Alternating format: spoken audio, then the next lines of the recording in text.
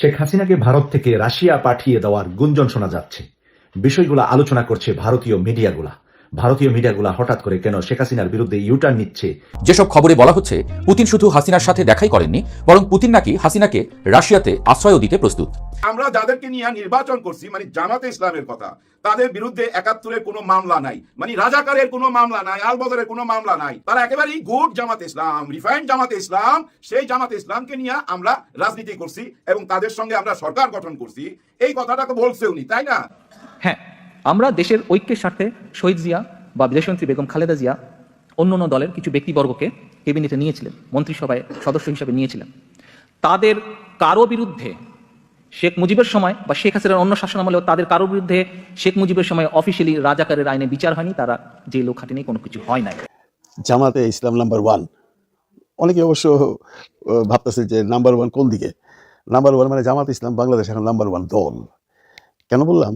আমি আগে কথাগুলো বলি, আপনারা শুনেন, তারপর আপনি সেটা নিজেই বিবেচনা করবেন যে আমি যে কথাগুলো বলছি, আমি যে যুক্তিগুলো দেখাচ্ছি, এগুলো সঠিক। আসসালামু আলাইকুম দর্শক, রাজনীতির পরিপ্রেক্ষিতে কিন্তু রাজনীতির মোড়টা ঘুরে যাচ্ছে। হ্যাঁ দর্শক, আমরা সম্পূর্ণ ভিডিওটি দেখব। শেখ হাসিনাকে কোথায় পাঠানো হচ্ছে ভারত থেকে। দর্শক, ইতিমধ্যে ইউনূস কিন্তু বারবার চমকপ্রদ দেখিয়ে যাচ্ছে বাংলাদেশের জন্য। হ্যাঁ দর্শক, সম্পূর্ণ ভিডিওটি অত্যন্ত গুরুত্বপূর্ণ হতে চলেছে, ভিডিওটি একটুকে স্কিপ করবেন না। চলুন ভিডিওটিতে একটি লাইক দিয়ে ধারাবাহিকভাবে সম্পূর্ণ ভিডিওটি আগে দেখে আসি। খালেদা জিয়া সবাই প্রিয়, উনি গত ১২, ১৩, ১৪ দিন আমার মনে হয় হাসপাতালে আছে। এই ১২ থেকে ১৪ দিন একই কথা চলছে, তো চলছেই, থামতেছিল না ভাই। থামাইছে, গতকালকে রাত্রে থামাইছে। কি কথা? মিস্টার তারেক কেন আসতেছে না বাংলাদেশে? মিস্টার তারেকের কি বিদেশি পাসপোর্ট, মানে ব্রিটিশ পাসপোর্ট নাকি বাংলাদেশি পাসপোর্ট? মিস্টার তারেক কেন ভোটার হয় নাই? মিস্টার তারেকের আইডি কার্ড আছে কিনা বাংলাদেশের? মিস্টার তারেকের কি বিদেশে বিজনেস আছে? মিস্টার তারেক ওখানে কিভাবে চলে? মিস্টার তারেকের মা মৃত্যু সজ্জায়, উনি কেন লন্ডনে? এই একই কথা আমরা বলেই যাচ্ছিলাম নন স্টপ। কাহা তাক সহ্য হয় ভাই? একটা মানুষের মাথাটা গরম হয়ে যায় না? আরে ভাই, মা আমার, আমি যাচ্ছি না কেন এটা তো আমি ভালো জানি। আমার দল ৩ বার এই দেশ চালাইছে, সামনে আবার চালাইতে যাচ্ছি আমরা। আমার ব্যথা আছে না আমার দল নিয়ে? আমি কই থেকে দল পরিচালনা করুম, এটা তো আমার ব্যাপার। কিন্তু আমরা থামতেছিলাম না, আমরা কিন্তু বলেই যাচ্ছি। এতটা বিরক্ত করছি উনারে, আমার মনে হয় উনি আর নিতে পারতেছিল না। নাহলে উনাকে তো এইভাবে কথা বলতে দেখি নাই। এর আগে কি দেখছেন? গত ১.৫ বছর সবগুলা ভাষণ একবার দেখেন তো, একবার আপনারা খালি দেখেন, এতটা কঠিন ভাষায় উনি কখনোই কথা বলে নাই। অথবা ওনার অতীত ঘাইটা নিয়ে আসেন, অতীতের ভয়েস রেকর্ডগুলো দেখেন, ওইখানেও কিন্তু উনি বারবার বলছে যে আমরা যাদেরকে নিয়ে নির্বাচন করছি, মানে জামাতে ইসলামের কথা, তাদের বিরুদ্ধে ৭১-এর কোনো মামলা নাই, মানে রাজাকারের কোনো মামলা নাই, আলবদরের কোনো মামলা নাই। তারা একেবারেই গুড জামাতে ইসলাম, রিফাইন্ড জামাতে ইসলাম। সেই জামাতে ইসলামকে নিয়ে আমরা রাজনীতি করছি এবং তাদের সঙ্গে আমরা সরকার গঠন করছি, এই কথাটা তো বলছে উনি, তাই না? হ্যাঁ, আমরা দেশের ঐক্যের স্বার্থে শহীদ জিয়া বা বিদেশমন্ত্রী বেগম খালেদা জিয়া অন্য দলের কিছু ব্যক্তিবর্গকে ক্যাবিনেটে নিয়েছিলেন, মন্ত্রিসভায় সদস্য হিসেবে নিয়েছিলেন। তাদের কারো বিরুদ্ধে শেখ মুজিবের সময় বা শেখ হাসিনার অন্য শাসনামলেও তাদের কারো বিরুদ্ধে শেখ মুজিবের সময় অফিসিয়ালি রাজাকারের আইনে বিচার হয়নি, তারা জেলও খাটেনি, কোনো কিছু হয় নাই। কিন্তু সেই মানুষটা আজকে দেখেন ঠিক উল্টা কথাটা বলছে। তাদেরকে দেশের মানুষ ৭১ সালেই দেখেছে নিজেদের রাজনৈতিক স্বার্থ রক্ষার্থে লক্ষ লক্ষ মানুষকে শুধু হত্যাই করেনি, তাদের সহকর্মীরা কিভাবে মা বোনদের ইজ্জত পর্যন্ত লুট করেছিল, এই কথাটি আমাদেরকে মনে রাখতে হবে। ৭১-এর কথাটা আবার সামনে তুলে ধরা হইলো, আবার পিছনে চলে গেলাম আমরা। এই ৭১-এই আমরা আটকে আছি ভাই, গত ৫৪ বছর, ৫৫ বছর হয়ে যাচ্ছে। আর কয়েকদিন পরে ৫৫ বছর হয়ে যাবে। আমরা এই ৫৫ বছর ওই ৭১-এর বর্ষির মধ্যেই আটকে আছি, আর আগে বাড়তে পারতাছি না, ওইখানেই বারবার ঘুরা যাইতে হইতাছে। এইটার একটা ফয়সালা হওয়া উচিত ভাই। হ্যাঁ, তারেক রহমান সাহেবকে ধন্যবাদ দেই এই জন্য যে উনি কিন্তু কোনো লুকোচুরি করে নাই, সোজাসুজি বলছে ৭১-এর অপরাধে যারা জড়িত ছিল, যারা হত্যাকাণ্ডের সাথে জড়িত ছিল, গণহত্যার সাথে, তাদের বিচার হইতে হবে। মিলটা দিছে কিন্তু সাংঘাতিক, এটা আমার ভালো লাগছে যে ২৪-এর গণহত্যার সঙ্গে যারা জড়িত ছিল তাদের যদি বিচার হইতে পারে, তাহলে ৭১-এর গণহত্যার সঙ্গে যারা জড়িত ছিল, ৭১-এর মা বোনদের ধর্ষণের সাথে যারা জড়িত ছিল, তাদের কেন বিচার হবে না? ১৯৭১ সালে তারা তাদের নিজেদের স্বার্থ রক্ষার্থে কিভাবে লক্ষ লক্ষ মানুষকে হত্যা করেছে, ঠিক যেভাবে পতিত স্বৈরাচার পালিয়ে যাওয়ার আগে হাজারো হাজারো মানুষকে হত্যা করেছিল ক্ষমতা ধরে রাখার জন্য। অনেককে বলতে শুনি তারেক রহমান সাহেব আমাদের দেশের রাজনীতিটা ঠিকঠাক বুঝে উঠতে পারতেছে না। ঘোড়ার ডিম বুঝেন আপনারা, উনি সঠিকটা বুঝে এই দেশের মানুষ কি চায়, তাদেরকে কিভাবে পরিচালনা করতে হবে এবং দেশটাকে তাদেরকে নিয়ে, মানে ওই যে তাদেরকে নিয়ে দেশটাকে কিভাবে গড়তে হবে, এটা ভালোই জানে। উনি এতটা ভালো জানে, দেখেন এবার কেয়ার হাসপাতাল থেকে আমরা সইরা এসা এখন ৭১-এ চলে গেছি। ২০২৫-এর এবার কেয়ার হাসপাতাল থেকে ডাইরেক্ট ৭১-এ নিয়ে ফেলে দিছে আমাদেরকে। আমরা কিন্তু আজকে থেকে শুরু হইলো এই ৭১ নিয়ে কথাবার্তা, রাজাকার নিয়ে কথাবার্তা। আমি মিস্টার তারেক সাহেবকে ধন্যবাদ এই জন্যই দিতেছি যে উনি ক্লিয়ার করছে, কোনো লুকোচুরি করে নাই। ওনাদের যে কি আদর্শ, সে আদর্শটাকে উনি সামনে তুলে ধরছে। এই যে এতদিন আমরা ফজলুর রহমান সাহেবকে, অ্যাডভোকেট ফজলুর রহমান সাহেব আজকে যারা উচ্চ আদালতে ক্ষমা চায় আসছে ওনার কথার জন্য, কিন্তু উনি যা কিছু বলছে, উনি কি বেঠিক কিছু বলছে? আপনাদের মনে হয় ওই আদালতের ব্যাপারটা বাদ দেন, ওই বিচার কার্য বাদ দেন, বাকি যা কথাবার্তা বলছে সেই কথাবার্তাগুলোই তো গতকালকে আপনারা শুনছেন, সারমর্মটা শুনছেন না? উনি যে দিক নির্দেশন দিয়ে দিল ওনার কর্মীদেরকে, এই কথাটাই তো বলতো ফজলুর রহমান সাহেব, একটু আগে থেকে বলা শুরু করে দিয়েছিল। কিন্তু ওই একই কথা তো শুনলেন মিস্টার তারেক রহমানের কাছ থেকে আপনারা। মূল কথাটা তো উনি বইলা দিল ৭১-এর রাজাকারদের বিচার হইতে হবে। কেন এই কথাটা বলছে? শুধু এবার কেয়ার হাসপাতাল থেকে চোখ সরাইবার জন্য না, এরকম কিছু না। এটার বলার পিছনে ভাই মহৎ একটা উদ্দেশ্য আছে। এই উদ্দেশ্যটা কি জানেন? নির্বাচনের তরি পার হওয়া। নির্বাচনটাকে সহজ করে নিল উনি ওনার দলের জন্য। কারণ আওয়ামী লীগ তো নির্বাচন করতে পারতেছে না, এটা তো আমরা বুঝাই ফেলাইছি। এবং জাতীয় পার্টি কিন্তু অন্য রূপে আসতেছে, কিন্তু আওয়ামী লীগ আসতেছে না। তার মানে কি? আওয়ামী লীগের যে ভোটাররা তারা কাকে ভোট দিবে? কিছু সংখ্যক তো ভোট দিতেই যাবে না, ওরা ঘরে থাকবে। কিন্তু যারা ভোট কেন্দ্রে যাবে তারা কাকে ভোট দিবে? আজকে এই কথার পর ৭১-এর রাজাকারের বিচার চাইছে। এই বিচারটা তো ভাই শেখ হাসিনাও চাইতো, তাই না? ওনাদের ভোটাররা এখন বিএনপিকে ভোট তো দিবেই, কারণ ওনাদের আদর্শ এক জায়গায় এসা মোহনাতে মিলা গেল না। তার মানে এই ভোটের জন্য এই কথাটা বলছে। কিন্তু এইটা কি জামাত ইসলাম সহজভাবে নিবে, বা ছাত্র শিবির সহজভাবে নিবে, এনসিপি সহজভাবে নিবে? কারণ এনসিপির এসব নিয়ে কোনো মাথা ব্যথা নাই। ওনারা বিএনপিরও সমালোচনা করবে, জামাত ইসলামেরও সমালোচনা করবে। ওনারা একটা সমালোচক দল, হ্যাঁ, ওনারা সমালোচনা কইরা মাঝখান দিয়ে হাইটা যাবে, যাইতে থাকুক, কোনো অসুবিধা নাই। মেইন কথা হলো জামাত ইসলাম কতটা রিয়াকশন দিবে।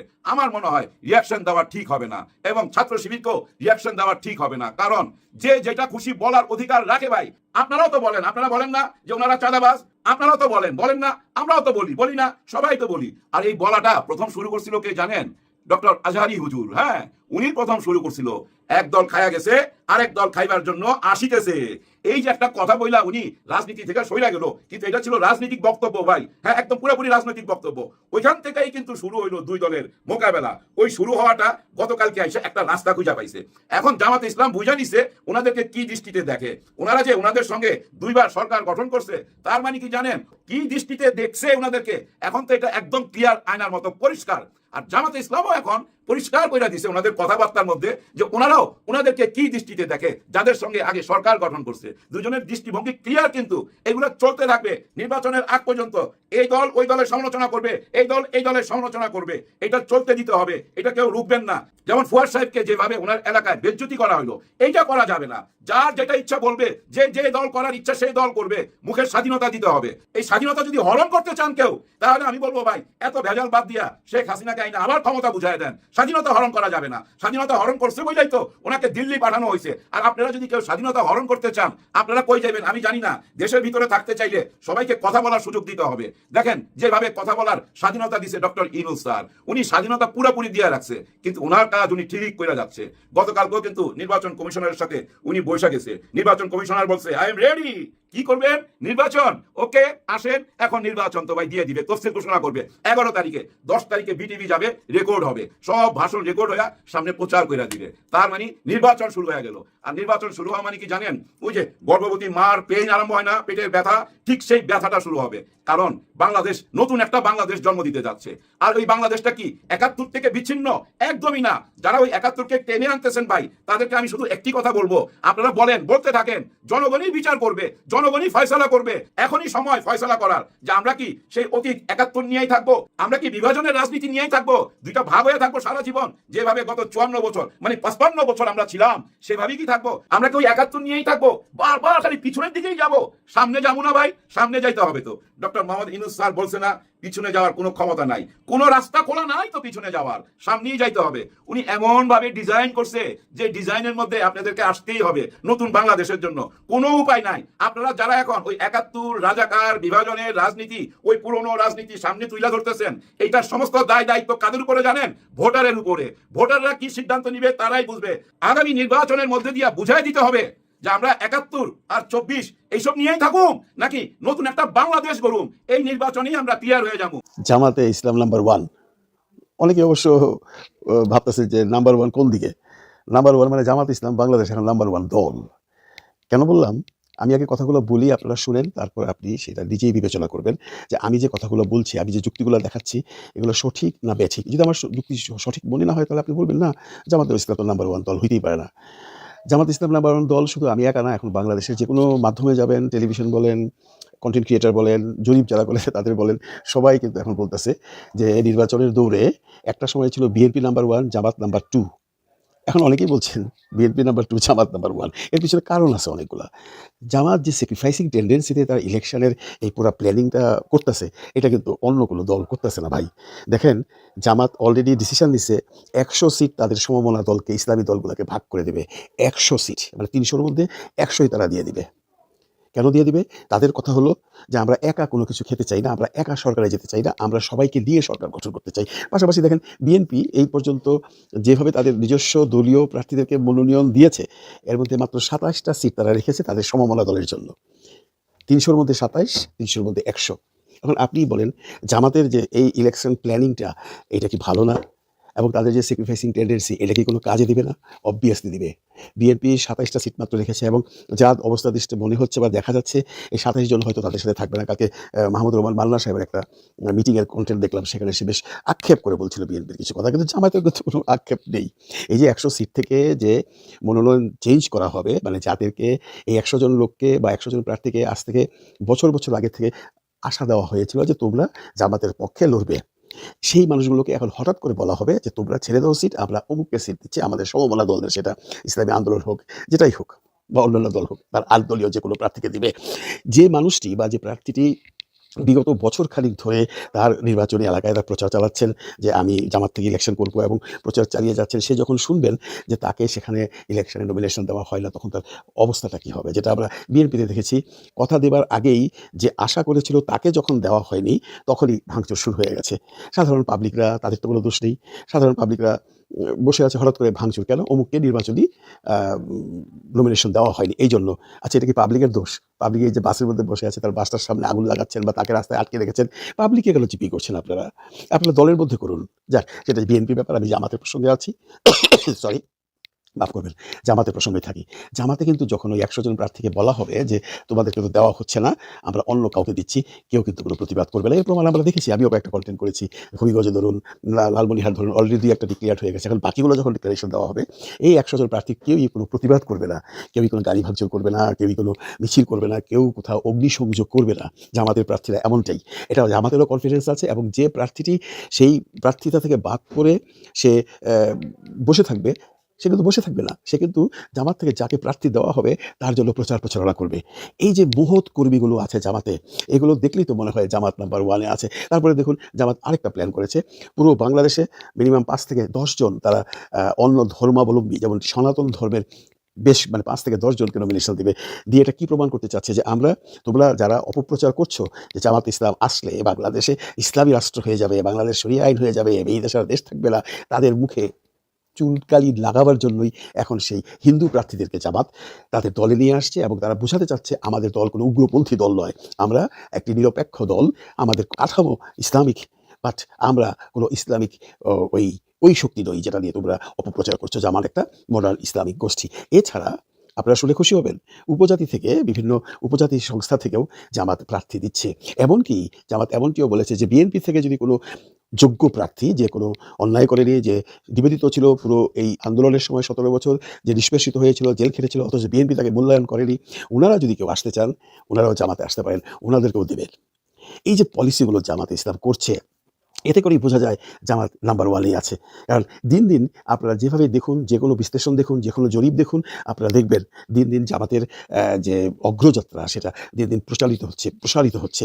মানুষ মুখে মুখে এখন জামাতের কথা বলছে। যদি একটি গ্রুপ, আমি কালকে একটা ভিডিওতে বলেছি, যদি একটি গ্রুপ, কিছু মানুষ বা কিছু গোষ্ঠী জামাতকে বিভিন্ন অপপ্রচারে লিপ্ত করবার জন্য বিভিন্ন রকম অপপ্রচার করে বেড়াচ্ছে, এবং তাদেরকে আমি একটু অনুরোধ করে বলছি যে আপনারা যারা সেই 71 রাজাকার এগুলো ধুয়ো তুলে জামাতকে পেছাতে চাচ্ছেন, তারা বিরাট ভুল করছেন।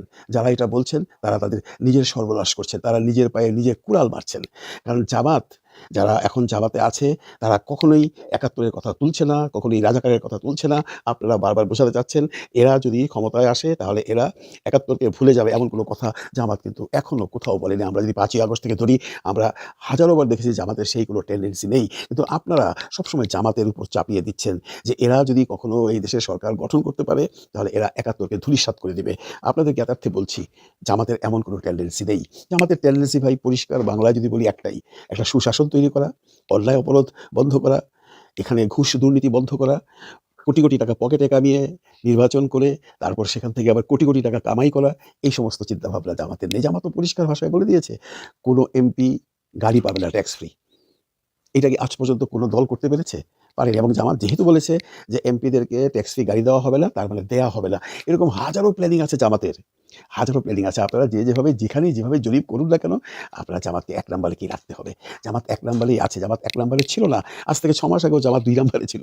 এখন জামাত ১ নম্বরে এসছে, অন্য দল সব পিছিয়ে যাচ্ছে। এবং দিন যত যাবে জামাত আরও এগোবে। একে পেছানোর জন্য যারা রশি দিয়ে টানছেন তারা টায়ার্ড হয়ে যাবেন এবং একসময় দেখবেন আপনার রশিটি ছিঁড়ে আপনি মাটিতে লুটোপুটি খাচ্ছেন। জামাত এগিয়ে যাচ্ছে। এগিয়ে যাওয়ার জন্যই তারা এই সমস্ত পলিসিগুলো শুরু করেছে, অ্যাডপ্ট করতে চেষ্টা করছে।